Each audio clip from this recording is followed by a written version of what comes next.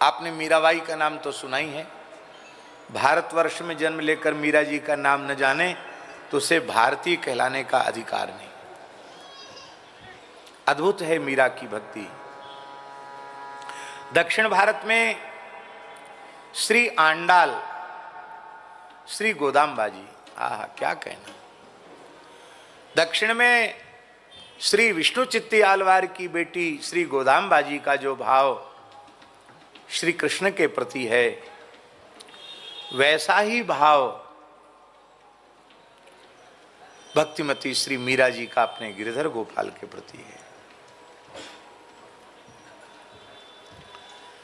इसलिए हमारे यहाँ उत्तर भारत में गोदाम्बा जी को दक्षिण मीरा कहा जाता है। क्या कहा जाता है? दक्षिण मीरा माने गोदाम्बा जी, उनको दक्षिण की मीरा कहा जाता है। दक्षिण मीरा गोदाम्बा जी। और पश्चिमी भारत राजस्थान की मीरा मीराबाई। तो मीरा जी का विवाह हुआ, आप सब लोग जानते हैं, महाराज चित्तौड़गढ़ नरेश, मेवाड़ महाराज श्री भोज सिंह जी के साथ उनका विवाह हुआ। मीरा जी का चरित्र हमें नहीं कहना है, केवल एक उदाहरण दे रहे हैं। और भोजराज से विवाह के पहले ही ठाकुर जी ने आकर मीरा जी का पाणी ग्रहण कर लिया। इसको मीरा जी ने एक पद के माध्यम से कहा, माई माने सपने बरेरी गोपाल। और वो कैसे बारात लेकर के आए, सारी बात मीरा जी ने कही है।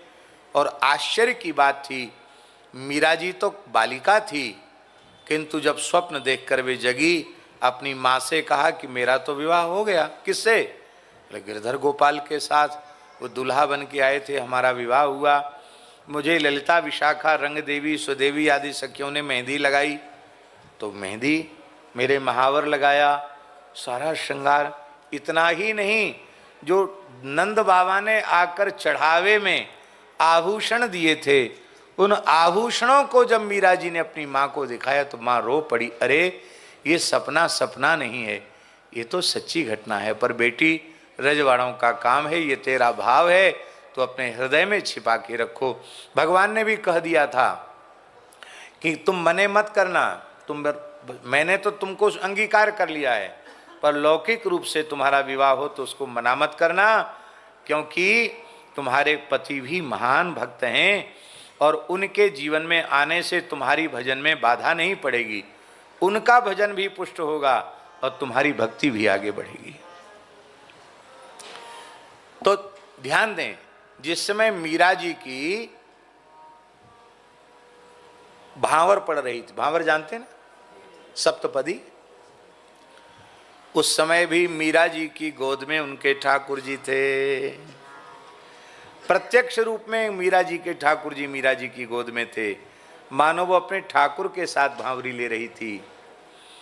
और अप्रत्यक्ष रूप में संसार के लोगों को नहीं दिखाई पड़ रहा था, लोगों को यही अनुभव हो रहा था कि मीरा जी की चुनरी का छोर भोजराज के पटका के साथ बंधा हुआ है। लेकिन वस्तुतः ये दृश्य जो लोगों को दिख रहा था वो सच्चा नहीं था। सच्ची बात ये थी कि श्री श्याम सुंदर के पीतांबर से श्री मीरा जी के नीलांबर का छोर बंधा हुआ था। ठाकुर जी खुद चल करके भांवरी ले रहे थे। ये बात हम क्यों बोल रहे हैं? आप लोग सोचेंगे आप ये बात क्यों बोल रहे हैं? ये बात हम इसलिए बोल रहे हैं कि विवाह जो शुद्ध लौकिक उत्सव है, मीरा जी की भक्ति ने उसे अलौकिक बना दिया।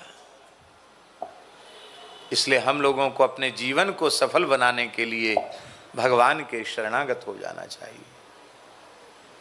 जो भगवान से विमुख प्राणी है ना, उनका जीवन उनके लिए भी अभिशाप बन जाता है। और जो भगवत शरणागत जीव हैं, भगवत सन्मुख प्राणी हैं, उनका जीवन अपने लिए भी वरदान बन जाता है और दूसरों के लिए भी मंगलमय हो जाता है। बोलो भक्तवत्सल भगवान की जय।